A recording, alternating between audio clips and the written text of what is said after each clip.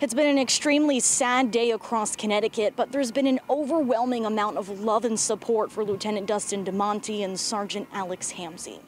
I spoke to the limo driver for Lieutenant Dustin Demonte's parents this morning, and he says, of course, while it was a difficult ride, the support from the community was felt inside that car. Incredible. Fighting through tears, Ken Twombly says his heart stopped when Lieutenant Dustin Demonte's parents first got in his limousine Friday morning. His father sat right up front alongside me, and it was emotional.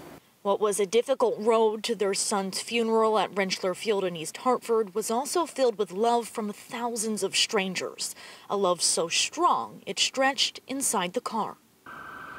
He teared up a couple of times, and so did I. I couldn't help it.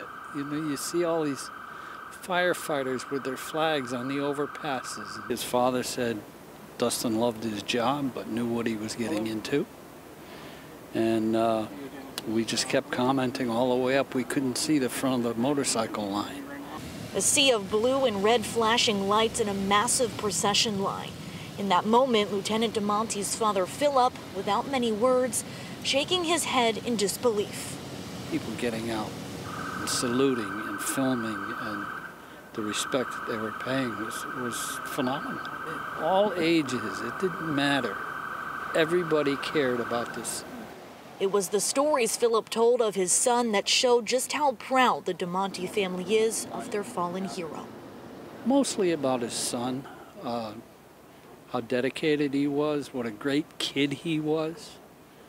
We talked about his calling hours last night a little bit, his father's 95-year-old mother was there and managed to sit through it. A ride unimaginably painful, somehow made comfortable by people like Ken, who loved the fallen officers and their families like their own.